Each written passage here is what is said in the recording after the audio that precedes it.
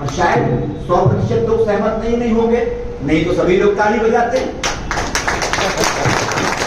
असहमति लोकतंत्र का, लोगों का अधिकार है, लेकिन उसी असहमति को अपने हित के लिए, देश के हित के लिए, संस्थान के हित के लिए सहमति बनाने के लिए ही North Central Zone Insurance Employees Federation की एक्सटेंडेड सेक्रेटरीट लखनऊ में हुई और उसी सहमति को आगे ले जाने के लिए, सहमति के आधार पर संघर्ष को आगे ले जाने के लिए आज आपके बीच में हम लोग यहाँ पर आए हैं। और साथियों, मुझे बहुत खुशी है, आपके बहुत सारे फोटोग्राफ हर संघर्ष में हम लोग देखते हैं, लेकिन आज आप अपनी NCZIF की लीडरशिप को सुनने इस बड़ी संख्या में महिला साथियों के साथ यहाँ पर आए हैं। निश्चित तौर पर इसके लिए आपको और BKSLD के साथियों को फिर बधाई देता हूं, क्योंकि हमारे पास कोई और टूल नहीं है, हमारे पास मेन स्ट्रीम मीडिया नहीं है, हमारे पास न्यूज़पेपर्स के ऊपर अधिकार नहीं है। वो उन कॉर्पोरेट घरानों के पास है जो सरकार को चंदा देते हैं, बदले में सरकार उनको एडवर्टीजमेंट देती है। वो सरकार की बात लिखते हैं, आप अपने संबंधों से पेपर में खबर जरूर छपवा लेते हैं, पर कोई भी सार्थक बहस इस पूरे देश में इस बात को लेकर नहीं हुई कि लाइफ इंश्योरेंस कॉर्पोरेशन का IPO क्यों आना चाहिए। एक बार भी चर्चा इस देश के मेन स्ट्रीम मीडिया ने नहीं करी, और जिन लोगों ने करने की कोशिश करी, उन लोगों को जो हमारी बात उठाते हैं, हम तो उनको कंडेम भी कर देते हैं। क्या जरूरत थी LIC IPO की? क्या आवश्यकता थी LIC IPO की? आज एपेक्स मैनेजमेंट से लेकर चेयरपर्सन से लेकर MD तक, MD से लेकर ED तक, ED से लेकर जोनल मैनेजर तक वर्चुअल कॉन्फ्रेंसेस में, सीनियर DMs की मीटिंग में ये कहते घूमते हैं कि फिस्कल डेफिसिट को पूरा करने के लिए कोई और कारण नहीं था। लोग कहते हैं, सरकार कहती है कि कोविड के बाद उत्पन्न परिस्थितियों के चलते कोई कारण, यही कारण है, कोविड के उपस्थित परिस्थितियों के कारण ये कारण है कि हमको LIC का IPO लाना पड़ रहा है, सरकार को पैसे की जरूरत है।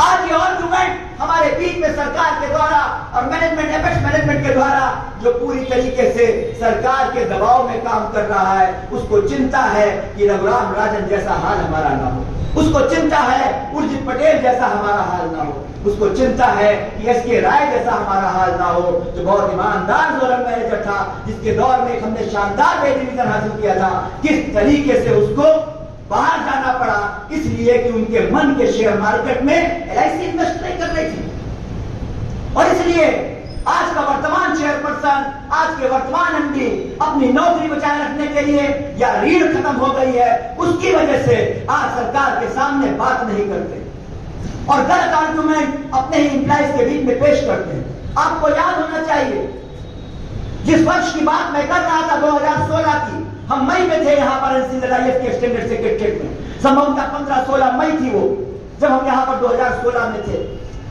और LIC IPO का विचार अचानक नहीं आया है, कोविड के बाद नहीं आया है। जो लोग ये आर्गुमेंट देते हैं वो झूठ बोलते हैं, क्योंकि वो पहली बार LIC IPO का विचार 2016 में तब आया था जब 1 सितंबर 2016 को मरहूम वित्त मंत्री, पूर्व वित्त मंत्री अरुण जेटली जी योगक्षेम बिल्डिंग पर खड़े थे, जब हम इंतजार कर रहे थे कि डायमंड जुबली गिफ्ट के रूप में हमको हीरा मिलेगा, जब हम इंतजार कर रहे थे कि डायमंड जुबली के गिफ्ट के रूप में हमको कुछ पैसा मिलेगा, वहां से ठेका तो मिला, साथ में यह भी कहा अरुण जेटली ने कि अगर LIC शेयर मार्केट में आ जाए तो इससे अच्छी कंपनी हो नहीं सकती। और उसी दिन जब हम लोग गेट मीटिंग कर रहे थे हेडक्वार्टर पे कानपुर में, जोनल ऑफिस गेट पर, उस समय मुझे याद है, मैं अपने साथियों से पूछ रहा था अभी कि मैंने कहा था कि नहीं कहा था, उस समय भी कहा था कि अब भविष्य में आपको इस बात की चिंता करनी होगी कि LIC का IPO आएगा कि नहीं आएगा। और उसी समय मैंने कह दिया था अपने साथियों से कि आज ये सरकार का पहला टर्म है, अगर ये सरकार दोबारा सत्ता में आएगी तो उसके सामने ये समझ होगी कि इन नीतियों से कोई फर्क नहीं पड़ता, इन्हीं नीतियों को आगे बढ़ाएगी। आप मानिए चाहे ना मानिए, अगला कार्यकाल अगर मिलेगा तो LIC का IPO आएगा। और क्या हुआ, कोविड आने के पहले फरवरी 2020 में निर्मला सीतारमण जी ने बजट प्रस्तुत करते समय इस बात को कहा कि LIC का IPO हम इस साल लेकर आएंगे। यानी आज जो लोग हमारी नुमाइंदगी कर रहे हैं मैनेजमेंट में, जो लोग सरकार में बैठे हैं, जिनको हम अपना नेता मानते हैं, वो झूठ बोलते हैं सरासर कि कोविड के बाद LIC IPO की अवधारणा आई और ये मजबूरी है। फरवरी 2020 में कोविड रिलेटेड संकट नहीं था। अगर संकट होता तो डोनाल्ड ट्रंप को 23 फरवरी को अहमदाबाद में नहीं बुलाया गया होता। अगर संकट कोविड का होता तो मध्य प्रदेश में बदल बदल करके सरकार बनवाने की कोशिश नहीं हो रही होती। खैर वो पॉलिटिकल मामला है, वो जाने, वो सरकार बनाने लोगों का काम है, पॉलिटिकल पार्टी और क्या करेंगे। लेकिन झूठ नहीं बोलो हमारे इंस्टीट्यूशन के लिए। तुमने फरवरी 2020 में जब 4 लाख का था, दोबारा अरुण जेटली के बाद कि LIC का IPO आएगा, और कब रखा था? जब उसके 4 महीने पहले न्यूज़पेपर में निकला था कि India has become the 5th biggest economy of the world. France को सरपास कर $2.58 ट्रिलियन की इकोनॉमी को सरपास कर $2.59 ट्रिलियन की इकोनॉमी हिंदुस्तान बन गया है। नोटबंदी से और GST से पूरी इकोनॉमी को हमने सवाल दिया है। फिर क्या जरूरत थी कि 1,50,000 करोड़ रुपए रेलवे को देने वाला संस्थान, 50 लाख करोड़ रुपए पंचवर्षीय योजनाओं में देने वाले संस्थान को, 10,000 रुपए national highway authority of India जैसे ऑर्गेनाइजेशन को देने वाले संस्थान को आपने सोचा कि हम 1 लाख करोड़ रुपए के लिए डाइवेस्ट करते हैं? जब इतनी अच्छी इकोनॉमी थी, जब इतना तरक्की हो रही थी, जब आप इस संस्थान से ऐसे ही पैसा ले लेते थे, तो क्या आवश्यकता थी? आवश्यकता थी साथी, और वही आवश्यकता समझने की जरूरत है। आवश्यकता यह थी कि उन कैपिटल घरानों ने, उस इंटरनेशनल फाइनेंस कैपिटल ने ये कहा कि हमने तुम्हारे लिए पैसा लगाया है, हमने तुम्हारे लिए लोगों की आंख में धूल झोंकी है, अपने चैनल से, अपने पेपर से। तुम्हारे सत्ता बनवाने में हमारा पूरा योगदान है। हमने 1,000 करोड़ रुपए के लिए कारपोरेट डोनेशन दिए हैं, जिससे तुम सबसे अमीर पार्टी बन गए हो 4,737 करोड़ रुपए चंदे के साथ। इसलिए बदले में हमको क्या दोगे? हमारे लिए क्या करोगे? उन्होंने कहा करेंगे, BPCL तुमको देंगे, electronic corporation of limited India ECL देंगे तुमको, कोल इंडिया तुमको देंगे, और लाइफ इंश्योरेंस कॉर्पोरेशन जैसा ज्वेल भी तुमको देंगे। चिंता ना करो। और इसीलिए ये फिस्कल डेफिसिट की बात, ये बेबुनियाद बात है।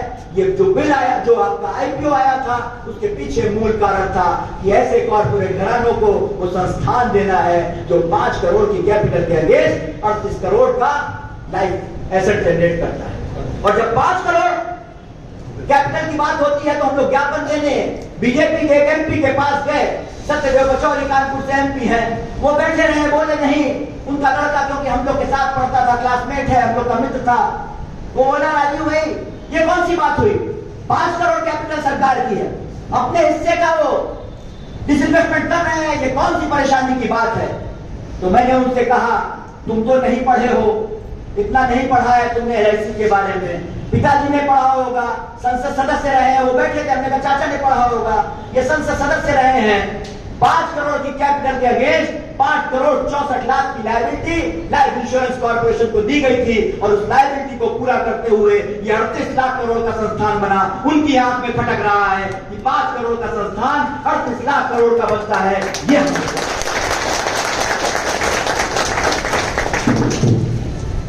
और भ्रष्टाचार मुक्त भारत की बात करने वाले, भ्रष्टाचार के खिलाफ कैंपेन कर हमारा कैंपेन के साथ संघर्ष कर हम लोग भी कर रहे थे। सत्ता पाने वाले लोग इलेक्ट्रॉनिक कॉर्पोरेशन लिमिटेड का को जब बेचने की बात करते हैं गाजियाबाद में, तो ये नहीं देखते हैं कि इसकी कैपिटल, इसकी पूंजी, इसके पास एसेट्स 1250 करोड़ रुपए के, 950 करोड़ रुपए की लैंड है, और 350 करोड़ में उसको बेचने की बात करते हैं। लेकिन संघर्ष क्या होता है ये ECL के लोगों ने दिखाया। कार्यालय से लेकर, फैक्ट्री से लेकर सड़कों पर स्ट्रगल किया, उसके खिलाफ दिखा, ECL का डिसइन्वेस्टमेंट रुक गया। ये संघर्ष, ईमानदारी की बात करने वाले लोग लाइफ इंश्योरेंस कॉर्पोरेशन के वैल्यूएशन को इतनी तेजी से गिराते चले जाते हैं। शेयर मार्केट में क्वालिफाइड इंस्टीट्यूशनल बायर्स के मदद के लिए, हाई नेटवर्थ इंडिविजुअल्स की मदद के लिए जिसकी जो वैल्यूएशन 15 करोड़ होना चाहिए था, वो 6 करोड़ क्यों हो जाता है, 6 लाख करोड़ क्यों हो जाता है 15 लाख करोड़ से? उसका कोई भी आर्गुमेंट सरकार के पास नहीं है। जब हम सरकार से पूछते हैं कि 15 लाख करोड़ रुपए की एसेट वाली कंपनी कैसे 6 लाख करोड़ रुपए की हो गई, तो कोई जवाब उनके पास नहीं है।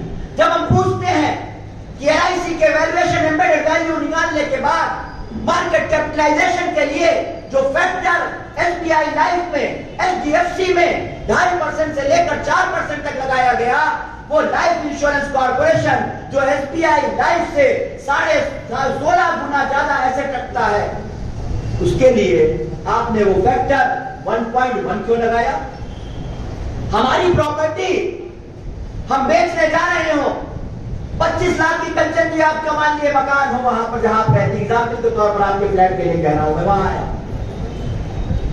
25 लाख रुपए का फ्लैट, कोई 10 लाख रुपए में आपसे कहे मुझको दे दो, इसकी वैल्यू 10 लाख है, तो आप या तो उसको पागल कहेंगे या धक्का मार के निकाल देंगे कि 25 लाख की चीज तुमको 10 लाख में चाहिए। लेकिन हमारे हुक्मरान हमको भ्रष्टाचार के खिलाफ लड़ने का पाठ पढ़ाकर 15 और 16 लाख करोड़ रुपए के एसेट की चीज को उसका मार्केट वैल्यूएशन 6 लाख करोड़ कर रहे हैं, और वो इसलिए कि इस 6 लाख करोड़ में 50% हिस्सा क्वालिफाइड इंस्टीट्यूशनल बायर्स का और 15% हिस्सा हाई नेटवर्थ इंडिविजुअल्स का है। उसका फायदा जो वैल्यूएशन कम हुआ, जो उससे शेयर का मूल्य कम हुआ, उससे सबसे ज्यादा 65% फायदा उन्हीं लोगों का है जो पैसा देकर उनको सरकार में बनाने का मौका दे रहे हैं। और इसलिए एक तरफ हम इन प्रिंसिपल इस बात का विरोध करते हैं कि जब आपने कहा, और झूठ बात किसी की बर्दाश्त मत करिए, अगर सरकारों की झूठ बात हमने बर्दाश्त कर ली तो एलआईसी मैनेजमेंट को यह मैसेज जाएगा कि झूठ बोलकर तानाशाही से कोई भी चीज लागू की जा सकती है। जब हम ये मौका देंगे कि जो प्रधानमंत्री है उसको यह अधिकार है कि वो जो चाहे सो करे, जनता की आवाज को दबा दे, एम्प्लॉइज की आवाज को दबा दे और जो चाहे सो करे, उसी दौर में मैनेजमेंट में ये सबक लेगा। वाह, जब प्रधानमंत्री के पास ताकत है और उसने किसी की बात नहीं सुनी तो सीनियर डीएम कहेगा मेरे पास भी ताकत है। स्टाफ रेगुलेशन 1960 जो स्टाफ रूल्स में बदल गया है वो मेरे पास भी है कि कहीं भी किसी भी आदमी का ट्रांसफर किया जा सकता है। वो भी ये प्रेरणा लेगा कि हमको भी ऐसे ही ऑटोक्रेसी से काम करना है। इसलिए गलत बात किसी की बर्दाश्त नहीं होनी चाहिए। और जिस दिन आपने ये आदत डाल ली तो हुक्मरान ऐसे हुक्मरान बार बार पैदा होंगे, और न केवल ऐसे हुक्मरान पैदा होंगे, हमारे इंस्टीट्यूशन में भी ऐसे लोग आगे आएंगे जो ये करने की कोशिश करेंगे, और ऐसा हम महसूस भी करते हैं। लेकिन साथियों,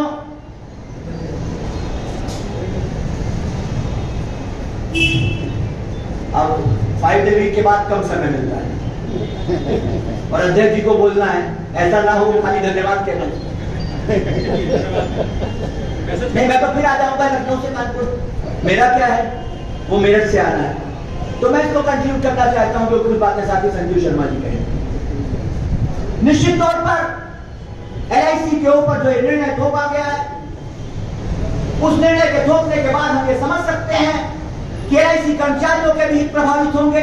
न केवल एलआईसी कर्मचारियों के हित प्रभावित होंगे, देश का हित भी प्रभावित होगा।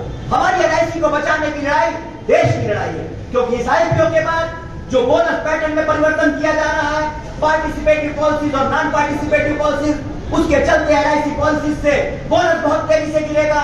जब बोनस तेजी से गिरेगा तो पॉलिसी होल्डर कहेगा कि एलआईसी डूब रही है, शेयर मार्केट में भी आ गई, बोनस भी कम हो गया।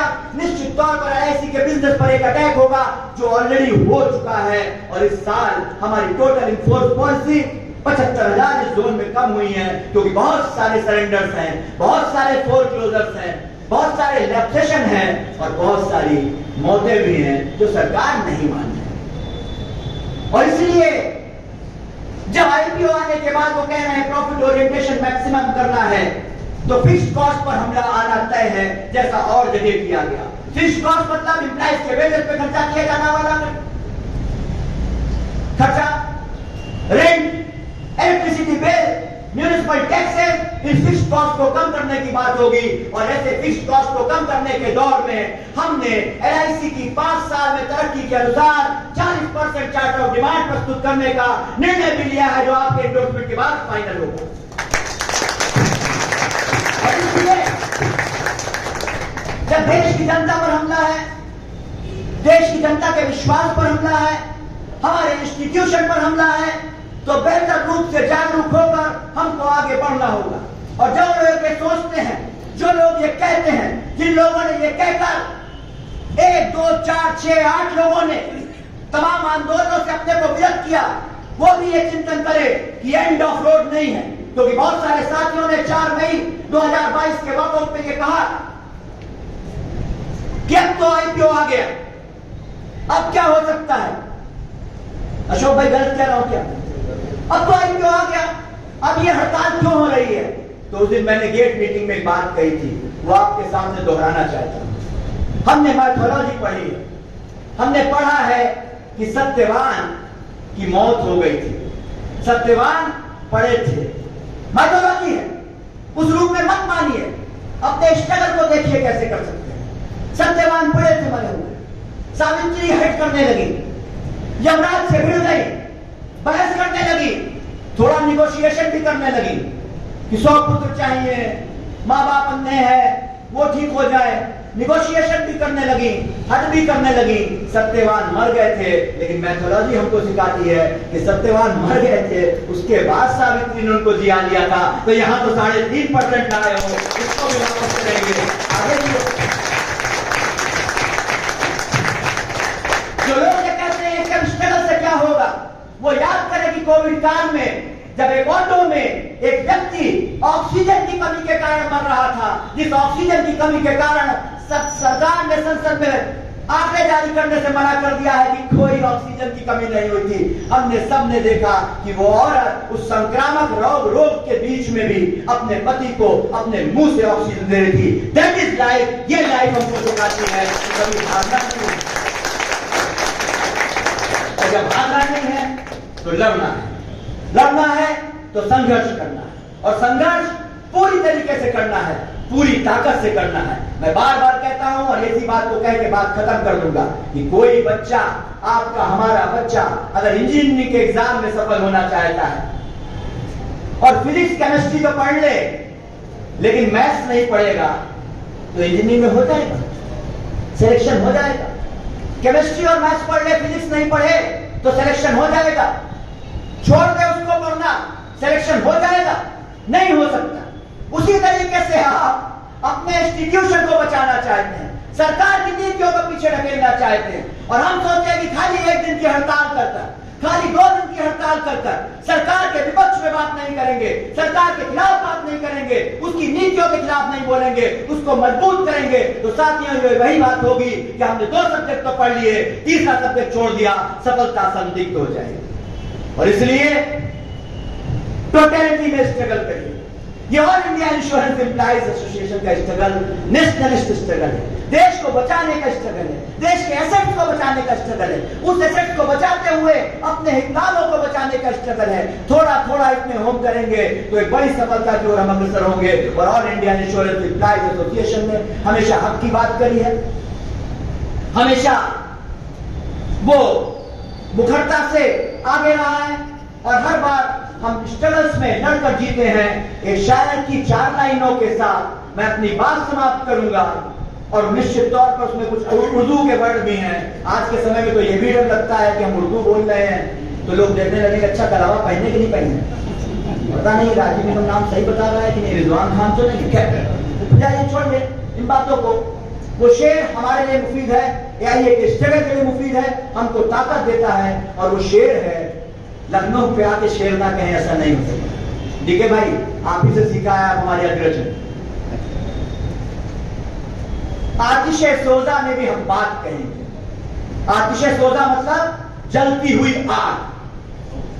आतिशे सोजा में हक बात कहेंगे, कुंदन की तरह हर वक्त में ताबिंदा रहेंगे।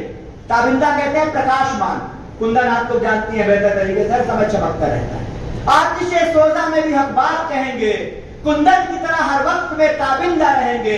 तारीख गवाह है कि हर दौर सितम में हम जिंदा थे, हम जिंदा हैं, हम जिंदा रहेंगे।